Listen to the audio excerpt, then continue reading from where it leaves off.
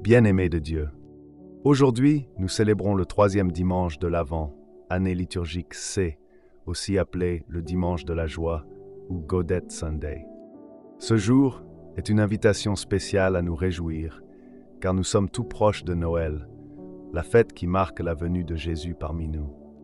C'est un événement extraordinaire. Dieu lui-même choisit de venir habiter avec nous, de partager nos joies, nos peines et surtout de nous montrer son immense amour. Pourquoi parle-t-on de joie? Nous sommes à mi-chemin de l'Avent, ce temps de préparation spirituelle avant Noël. Comme une maison que l'on nettoie et décore pour accueillir un invité spécial, nos cœurs se préparent à recevoir Jésus, la lumière qui vient chasser les ténèbres.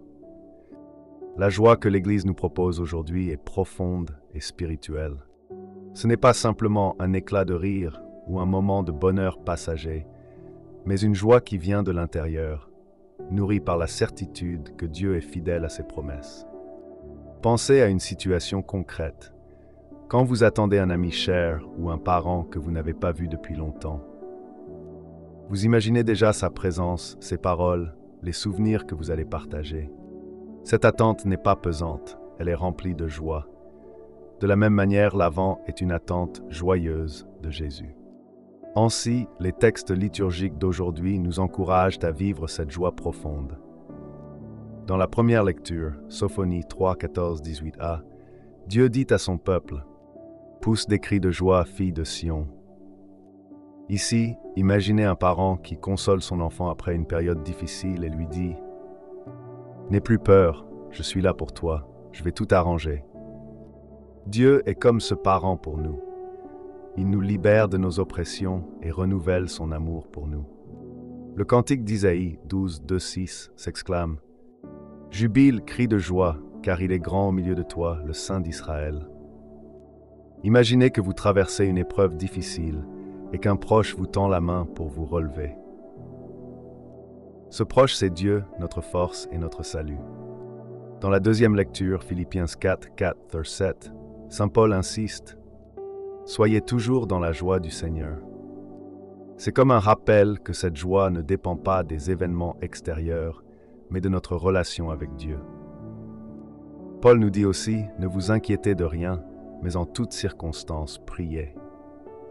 Quand on confie nos soucis à Dieu, il nous donne la paix intérieure. L'Évangile, Luc 3, 10, 18, nous montre Jean-Baptiste, qui annonce avec humilité « Il vient, celui qui est plus fort que moi ». Pensez à un guide qui prépare le chemin pour une grande visite. Jean-Baptiste prépare nos cœurs pour accueillir Jésus, celui qui nous apporte la vraie joie et la libération. Et nous, sommes-nous vraiment dans la joie? C'est une question importante. Souvent, nos vies sont remplies de préoccupations. Nous nous inquiétons pour notre famille, notre santé, nos finances. Nous sommes parfois paralysés par la peur de l'avenir. Alors comment vivre cette joie dont parlent les lectures? Le pape François nous éclaire. La joie n'est pas de vivre d'éclat de rire en éclat de rire.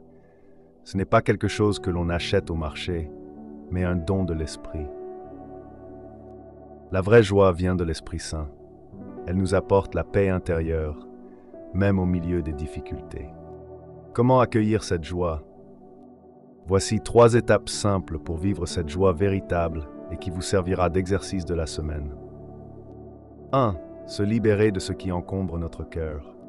Imaginez votre cœur comme une pièce que vous voulez décorer pour Noël. Vous devez d'abord la nettoyer. Laissez tomber les rancunes. Pardonnez à ceux qui vous ont blessés. Confiez vos peurs et vos doutes à Dieu. 2. S'engager à cultiver de bonnes habitudes. Noël, c'est aussi une occasion de grandir dans les vertus. Prenez le temps de prier chaque jour, même une courte prière sincère. Soyez généreux, partagez avec ceux qui ont moins. Bonne méditation et à dimanche prochain.